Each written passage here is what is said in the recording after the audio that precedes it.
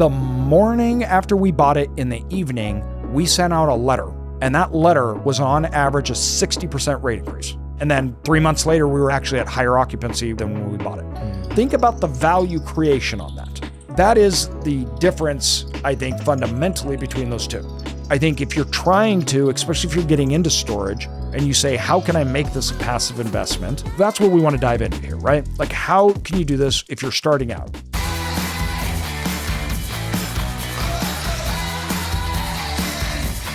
What's up, everybody? Welcome to Self-Storage Income.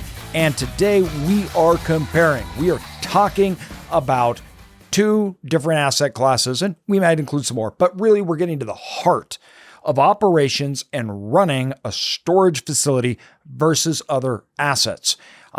Principally, we're talking about like multifamily. So we're trying to understand the pros and cons of each and the benefits associated with each, because they're different. And this is very important when making a decision, obviously, on which asset class you want to get into. Besides the financial performance, risk, all of that, it is the effort that it takes. That was very key in us deciding why we wanted to go down this road as opposed to others. Sound good? It sounds awesome, man. Excited to dive into it because a lot of people starting out, like we've heard, one of the major reasons people fail in real estate is there's so many ways to succeed, right?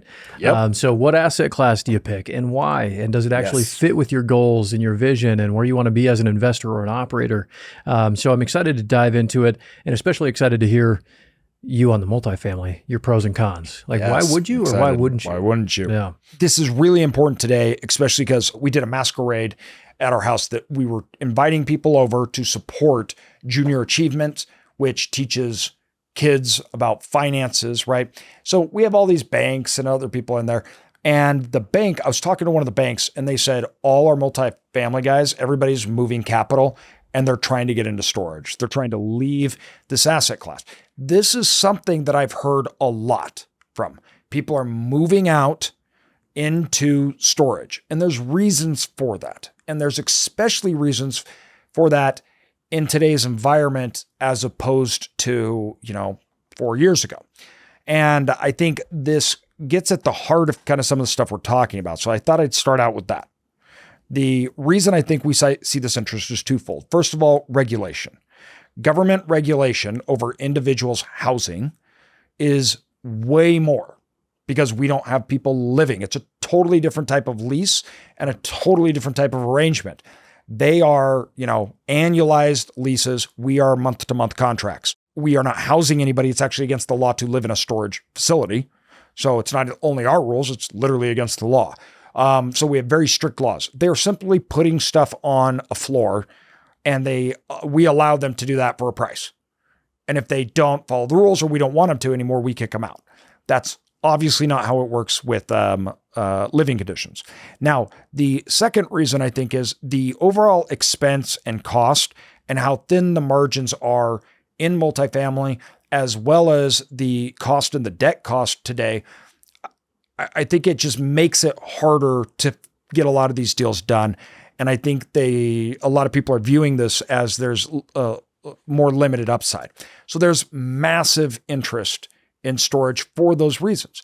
Now, you may say those are pros for storage because that's why people are deciding, because those are more beneficial to our asset class, right? The flip side, though, of that is that there is this idea that storage doesn't have toilets, it doesn't have people, it's a metal box. This is so easy. Those people get into big trouble in our industry because that is not the reality of what it takes to run a storage facility. So that's the first thing I want to get out there. Running a storage facility is the opposite, where no, we don't have toilets, we don't have that kind of stuff, we don't have people living in it, we don't have to deal with those problems. But if you had a apartment complex that had 10 apartments versus a storage facility of similar cost, it would be like 500 units. Mm-hmm. We have short-term leases and our tenants average is obviously vastly lower than multifamily. So we have turnover all the time. That means we run ours and have to run ours like a business. It is operationally, we're doing sales, calls, marketing, advertising. We always have to be on top of occupancy, rates, revenue, all of that. So instead, where we don't have people living in it, we don't have to deal with the people inside it.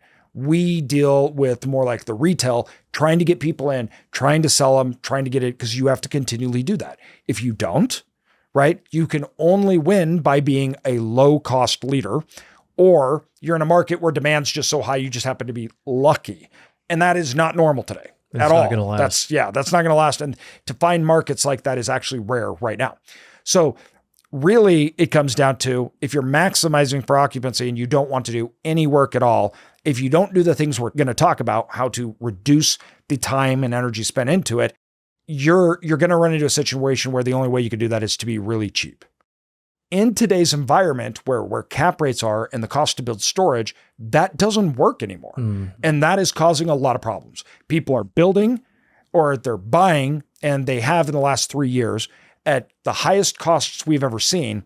And then as rates have come down, they're struggling to keep occupancy up.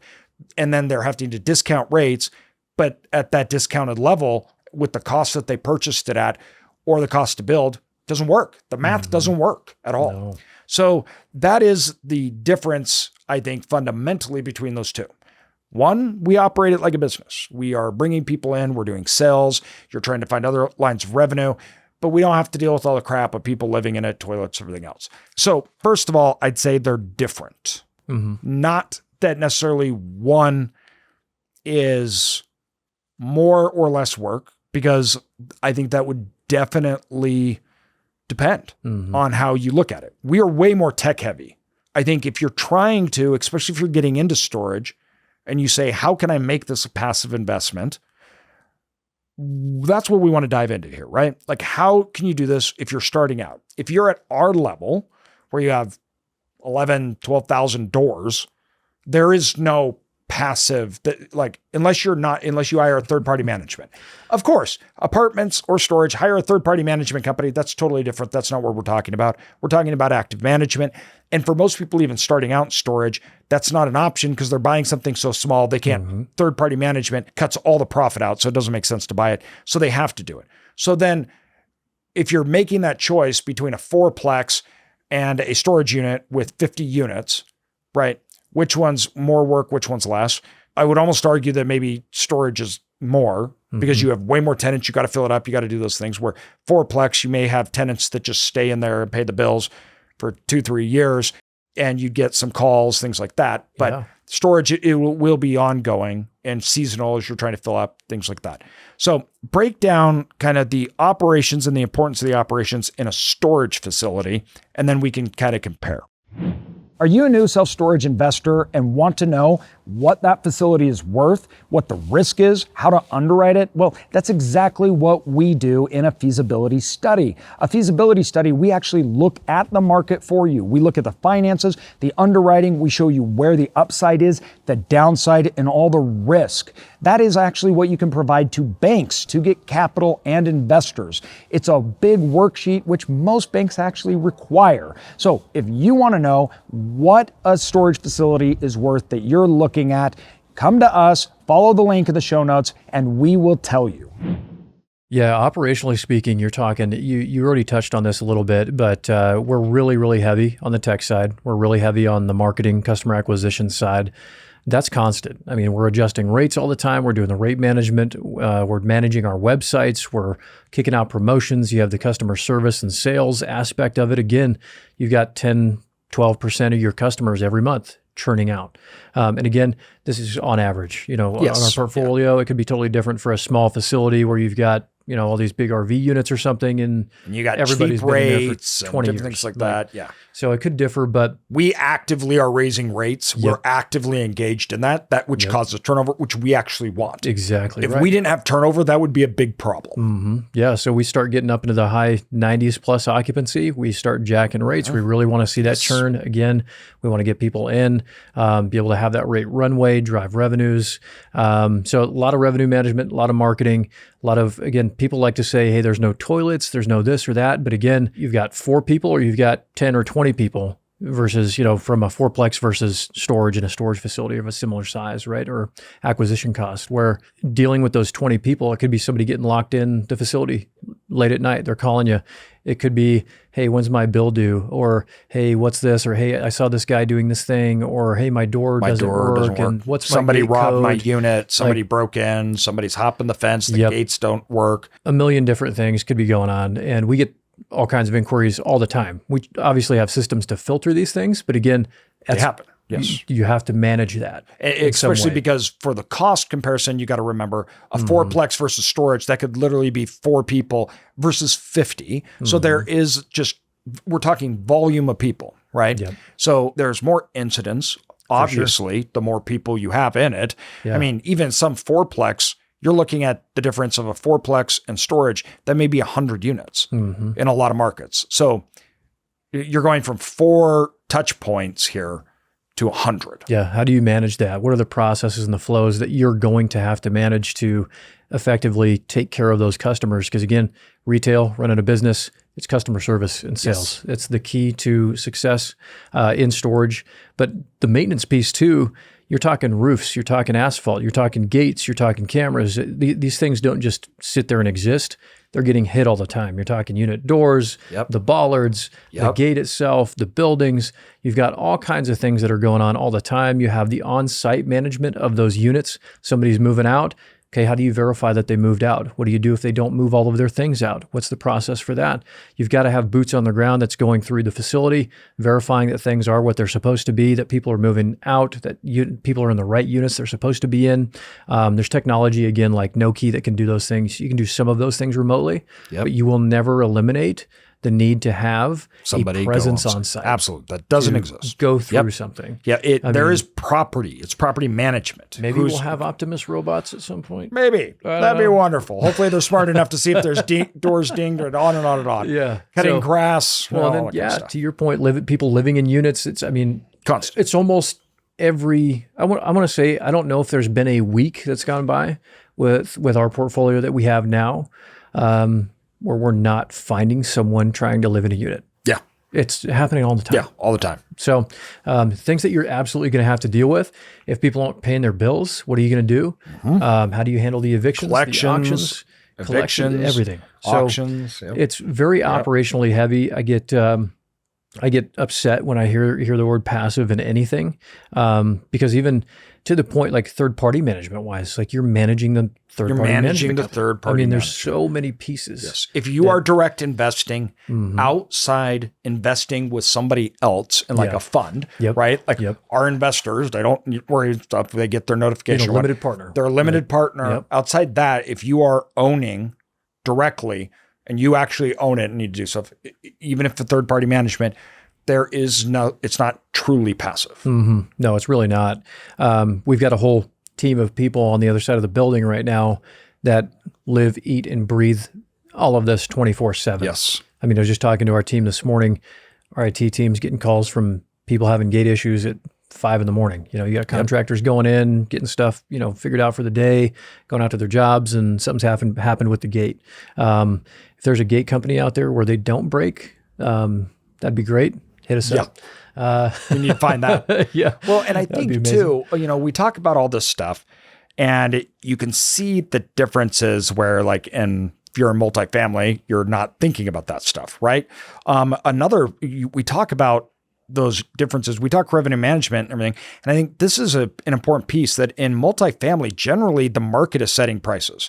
Now, yes, we have that in storage, but it's not like that nearly as much. You can change, and the supply and demand is predicated on you, the units you have, some competitors right around you, and those prices, though, are always changing. Whereas in multifamily, the market is setting prices predicated on quality. They're easy to find. You know how you need to be competitive, and if you're too far off, you won't get anybody, right? Storage, we have 2 different rates, street rate, in-place rate. Once again, individuals are on individual rate increases, it's just not even close to the same thing. No, it's not. It's wildly different in that aspect. I mean, talking revenue real quick, we've talked a little bit about the multifamily side. I want to touch on residential as well, because we're talking about just for starting out.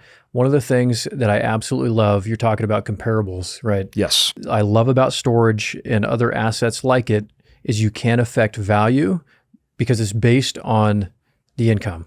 It's based on the revenue. Yes. Just like a business being sold, the sale price is based on a multiple of value, whereas residential, single-family homes, it's what the market says it is. Exactly. Doesn't matter what the revenue is.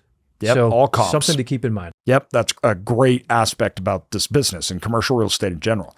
So, all right, now we've kind of talked about these differences, I think cleared up some of the stuff. Now, one of the things I want to focus on here is, all right, AJ, you're just talking down on storage. Now we're going to talk about all the good things, okay? There is ways that you can do this, especially if you're starting out, where you can vastly minimize the work. And this is the big thing that we talk a lot about with automation, hiring the right people, and creating policies and procedures and processes and systems to do this stuff. So first of all, if you have a smaller facility, okay, you want to automate really that move-in process. You want to do that through online. You have your ad campaigns that are hooked to your property management system that connect to the facility. This can be done through hardware, something like Noki, but this can also be done just through an email set where you have a gate, somebody rents a unit online, they get a gate code emailed to them, and then with the number of their unit, and then you can use DaVinci Lock, or you can just have the door shut and a lock underneath it, and they can come open it up and put the lock on it. And so you can automate that process there. Then you can hook it up to a call center. So administrative things like processing payments, bills, some of those things, they go to a call center where they handle that back end work. Now, the front end sales you can use and have a call center for, or you can try to just capture people that are coming in online. So a call center can field sales, and that we just find that they're not as good, which that's okay. You got a small facility, that may not be your highest priority. The gate and the gate code system, you'll have people that work with you, like your marketing company, so we use Tenant. We have Store Local, Tenant, and then Mariposa. Tenant and Mariposa, they work together. We do our ads and marketing. We work with them. They're our team, right? We have our gate companies. We also work with Noki. We also work with, all these other vendors. And at our facilities, we have different vendors. They are our team we reach out to. Then you can have somebody that you contract on the ground, right, that goes and visits the facility and does lock checks, make sure auctions are done, cleans out units. And if there's ever an emergency, somebody gets stuck, they go visit. So you contract out that local property management servicing piece. Then you spend your time, once a week, 5 hours a week, maybe it's an hour a day, maybe less. It's fielding different calls, things that the call center couldn't handle, and you're kind of doing it on your cell phone. Now, that can be done with a facility. A small facility, you're running it, you've got your team, everybody knows what they're doing, you have processes and systems in place. It's about setting it up right, though, and having experts to do it. It's still not passive, but you greatly reduce the amount of time. This is exactly how I would do it if I had a small facility, I was buying it, right? I would depend on the experts and the people doing their job. Then you're trying to maximize price. The revenue management, you can automate that, predicated on individuals when they come in through the software that you use with Hummingbird and Tenant, and you literally just add in there that they're going to be on a certain schedule. You can automate that as well. They move in, they're on a certain rent schedule. So that is how you would optimize a facility to run it, make sure you're getting people, you're doing the marketing, you have the signage put up when you take over that facility, right? All that, you have somebody going on site. You would still, I would say, you need to go to your facility and check up on it because you got to make sure that all of those people, your team, that they're doing the work. You're managing the team, and then you're also fielding questions and calls that are going to come in that they can't answer, they can't take care of. Outside that, you need to have your accountants, right? You need to have your accountants and your attorneys, and they need to be ready. So if anything happens, you need to have your insurance agents that cover all of insurance. It's all about managing your team and your outsourcing and your people and automating the process for the tenant to make it as easy as possible. Technology is the name of the game, and how you operate your facility and the efficiency at which you can operate will depend on the technology you use. Your property management system, what it allows you to do and what you have access will determine the outcome of how that facility performs. That's why we go with Tenant Inc. with their product Hummingbird, because they are the best in class. When dealing with automation, when dealing with move-ins, customer acquisition process, improving my online acquisition process, they are bar none the best. So if you are looking to automate your facility or operate it in a best-in-class way, make sure you guys are looking at Tenant Inc. and their product Hummingbird. The link is in the description. Yeah, no, you're exactly right. Like you like to say, you're not going to do it on an island. Nope. It's going to take that team for sure. And there will be a time you're going to have a fire at the facility. You're going to have break-ins. You're going to have people getting hurt or whatever it might be. There's going to be things that happen, and you have to have those things in place for sure. And you touched on signage. Signage is one of those really, really important things to have at the facilities as far as any kind of automation goes. Because again, you really want to try to filter out as much as possible the need for people to make contact with you or with your call center. Because a lot of times call centers are charging you on a per call type basis. You might have a certain cap per month that you can use, whatever it might be. So the more that you can reduce and eliminate the management of tenants, the better. So signage is a huge, huge key to that. Signage on the doors, signage on everything. Yeah. If you're not there to help them, somebody's not there to help them, it has to be obnoxious, easy, understand, and simple for everybody to use and work.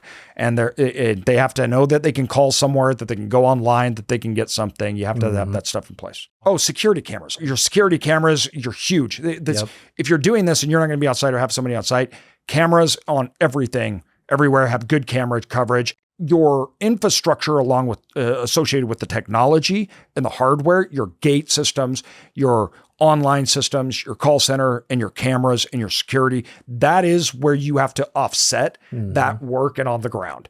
And if you don't have the camera system that is really good and everything, you can't monitor your facility, and people will know, and then you're going to have robberies, things like that. To that point too, I mean, we didn't really touch on lighting or any of that stuff, and just security is one of those huge decision-making points for people when they're looking at places to rent. They want a good, secure facility. Makes sense. Like you're leaving your valuables in a storage facility. You want it to be secure. So good lighting, good cameras. You can't afford not to invest in those things. Yep. It might be costly. It often is, whether it's a small or large facility. But again, if you're going to go in there and intend to drive revenue and continue to get good quality tenants in there that are paying to keep retaining and attracting new good customers, you have to get those things. You have to have that competitive advantage. But one of the things I really love too about this, we talked revenue a little bit.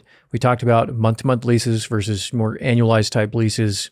Do you want to touch a little bit on how the differences between driving revenue and value in storage versus driving revenue and value in more multifamily investing? Because I love that piece. There's a first piece that we have that I think is really good, are operations and how good you are at marketing things.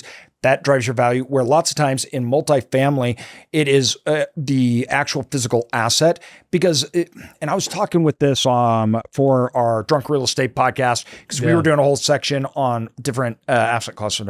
But they were talking about how it is a much more personal thing, obviously, for an apartment where you're living. So the quality of the house, the apartment, where you have parking spaces, that interactive, the other tenants, that stuff matters. Yeah, that would be hard. And that matters on pricing, right? Where storage, that's not necessarily true. A box is a box, meaning that storage is way more commoditized than multifamily. That means, though, that also the value proposition for multifamily is generally enhancements, CapEx heavy, where in the commodity, more of a commodity, it is operations heavy. That also means, though, that we can automate unlike other asset classes. You cannot automate like we can in storage in multifamily. And frankly, storage leads the way in this automation. Like we were going over in the Drunk Real Estate podcast article where they were talking about automation in real estate. And, is that good or that bad or that? I'm like, this is some self-storage, guys, this is our jam, right? Yeah. And the reason, though, is because of the fact of all these different things we can automate, where you cannot do that in multifamily because of, it's not that you can't like we can. because of the utilization of the asset. It's not nearly as commoditized. It also can have a lot more heavy lift on the expense side for CapEx. The needs of the customers are way more immediate and they are much more dire, I guess you could say. When something happens, right? We have that if maybe somebody got stuck in the facility for some reason, right? Outside that though, it's a box, right? So we don't have those types of issues. That value add for them, you obviously have marketing, and that's important in multifamily and everything. But the sheer numbers of it changes the ratio of need. Once again, if you're buying a $5 million storage facility versus a $5 million multifamily in the same market, one may have 10 units, 12 units multifamily, and the other one is 800 units. The volume disparity between the two, it's wild. If you have 800 units and you have 10 to 15% a month turnover, that means you are cleaning out, 80 plus units. You're refilling, you're marketing everything to get these units. So you're talking about multiple a day this needs to happen. So it's a volume transactional period. That's why on a smaller facility, it's much easier to automate things like that. But our value then becomes the better we are at attracting new tenants, the better changing our own supply and demand metrics because we are enhancing our presence in the marketplace. Then we get better at raising rates and we get better at revenue management because we are more effectively maximizing the revenue per square foot for the individual tenants. Operation side. So you can have two facilities that are side by side, and one facility could be worth $3 million and the other facility could be worth $5 million, and they're identical facilities just because of the operator and how they're managing revenue, what they're doing with their overall sales, what they're doing with their insurance, everything else. If you have identical assets that have 12 units in multifamily, you are not going to get a 30-40% disparity in price. It's just not going to happen, right? Because they're identical. They're the exact same. They're going to command basically identical rates. You don't have turnover. So it's not like you aren't going to have nearly as effect over 12 units as changing that supply and demand. So the value creation is really different in those aspects. Well, the other aspect too, going on the month to month versus more annualized is being able to affect that revenue immediately. Yes. Immediately. We can change rates. So if you're trying to do a value add when you come in, once again, multifamily, you're looking at those people, you're trying to figure out when does their lease agreements end, how much renovation we're going to have to do. Did they mess up all this kind of stuff? Storage, it's just like up rates. Day one, we bought a facility that had been so far under market rates because it was a government had bought it and they were competing. We bought the thing at an auction. The morning after we bought it in the evening, we sent out a letter, and that letter was on average a 60% rate increase. And then 3 months later, we were actually at higher occupancy than when we bought it.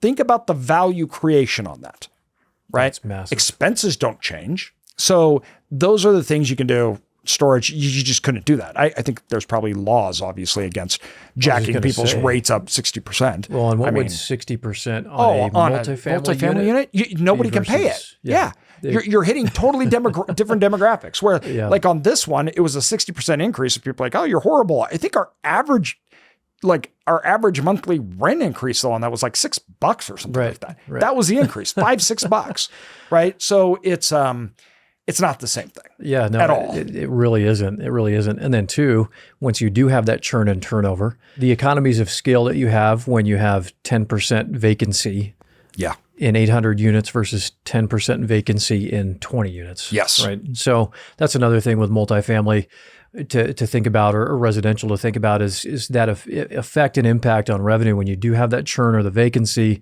we're much more insulated. Much more. When we have those churns and occupancies. Absolutely.